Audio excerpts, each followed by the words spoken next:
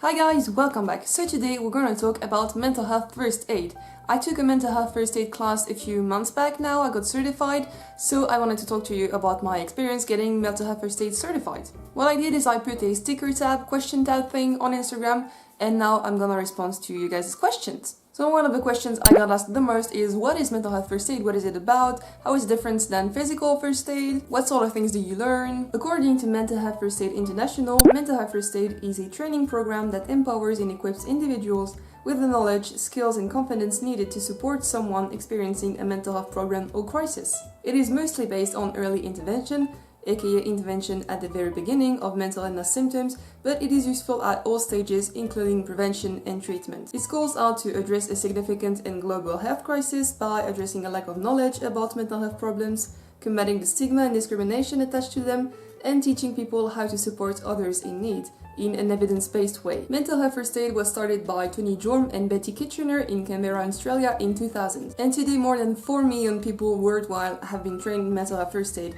and it is available in 24 countries. This training has only been available in Switzerland, where I live, since a year ago, since 2019. The basis for mental health first aid is an acronym called ALGE, which is this one, and I'm gonna have to read from my computer what it means because I have no idea what it is in English. In French it's Roger, but in the acronym the A stands for approach the person, assess and assist with any crisis.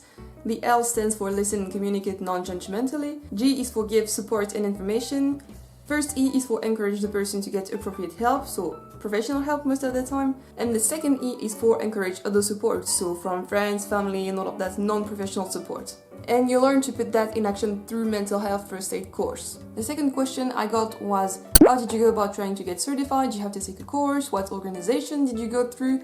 So yes, you have to take a course to get certified in mental health. The organization in Switzerland is called ENSA. I will leave all the links down below to my sources and to where you can find courses in your area, because whether it's available or not and where it is available will depend on your country. So as I got trained and certified in Switzerland, my answers only apply to my own experience getting certified in 2020 in Switzerland. Third question was, how long did it take to get certified? So normally if you do it in person it's 12 hours in total and it's 4 sessions of 3 hours, but as it's 2020 it was through Zoom and it was 7 sessions of 2 hours, so technically it was longer, it was 14 hours total, but I guess it's just because it takes longer to do things through Zoom. So it took 7 sessions. And I think in total it takes around a month, because it's not like every evening or something like that.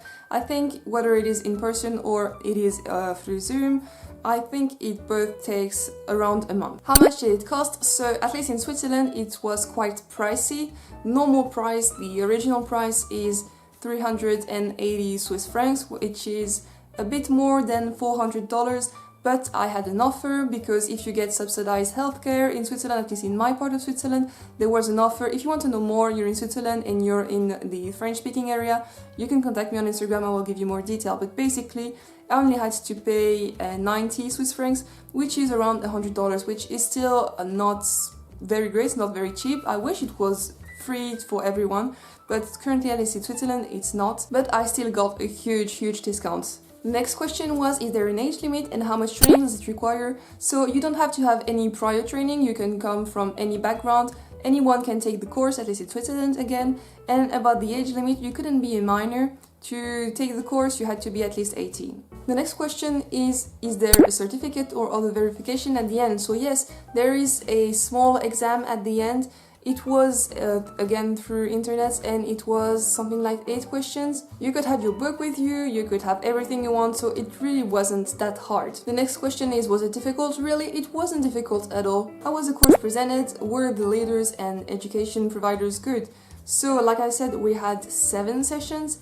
I'm not sure, but I think the first 2 were about depression, the 2 following were about anxiety, so that's 4. Then we had 1, I think, about addiction, 1 about psychosis, and I can't remember what the last one was. Maybe eating disorders, but I'm not sure. And then we would apply the ALGE model that I mentioned before to this specific situation. Were the providers good? Yes, I liked them. There were 2 of them, and I really liked them. I thought they were very educated, very nice, and all of that, and very in tune with how it was for us to talk about mental health and all of that, and very conscious of the fact that it could be hard for us too. What is the most important part of mental health first aid that everyone should know. I think what everyone should know is you need to talk about suicidal ideation. Ask people if they thought about suicide, if you think they're struggling. Ask them if they have a plan. Ask them if you can help them. You need to be daring enough to talk about suicide. I know it's very, very hard. Honestly, it was very hard, and this is something that I learned. This is one of the main things I took away from the course, is in real life, we have to talk about suicide. And it's very hard, and you feel like you're too confronting when you do this, but it's very important and you could save a life. Mine didn't cover enough about self-harm, doesn't include self-harm first aid, so it definitely doesn't include self-harm physical first aid, and there was no mention of self-harm, sadly. In the book that we got, there is a whole section about self-harm, but at least to my taste, of course, there wasn't enough about self-harm. There wasn't anything about self-harm, which I wish it's something that they would include more. Are there books or articles about it? The only book I know about it is the training book that you get. It's a very, very good book, but you can't get it if you're not going through the course. And I will link articles and videos about mental health first aid in the description. Was there anything you learned that was surprising or shocking? Honestly, no. When it came purely to learning about mental health and mental illness, I think I already knew like 95% of what we were told about depression and all of that, because I already had looked into it for myself, and I've already had training about that in my social work classes that I'm doing. So I really didn't learn much in that sense, but I didn't know the RG model and I found it very interesting, so I definitely learned in that sense. So no, there wasn't much that was surprising to me or that was shocking. Is it available in the UK? Yes, I'm pretty sure it is. Again, here is the map of all the countries where this training is available. It's not available in every country, but most countries have it, at least in Europe and in America. And more countries are getting the certification to teach these courses. So even if it's not available in your country right now, keep an eye on it. Like I said, it's only been available in Switzerland for, I think, not even a whole year, so be patient, it may be coming. Do you think police officers should get mental health first aid certified? Yes, definitely. Honestly, I think all first responders should get this training. Honestly, I think everyone should get this training, but specifically people like police officers, teachers, nurses and all of that, I really think these people should get this training. And the last question for today is, did they give you fake scenarios? If so, what was it? So yes, definitely there were many practice scenarios. I think there was at least 2 per session. So there was one about alcohol, there was a few about depression and suicide. It was a bit awkward to do this through Zoom, but we got through it and we got used to it. And I think it's a very important part of training. So that's gonna be all for today. If you have more questions, definitely leave them in the comments, I will answer to all of them. If you have been mental health first trained too, please leave your experience in the comments and tell me if it was similar to mine. I really would like to know what it's like in other countries. If you want to chat with me, you can hit me up on Instagram, link is in the description. As always, I answer to every DM I get, and I will see you soon in a new video. Bye guys!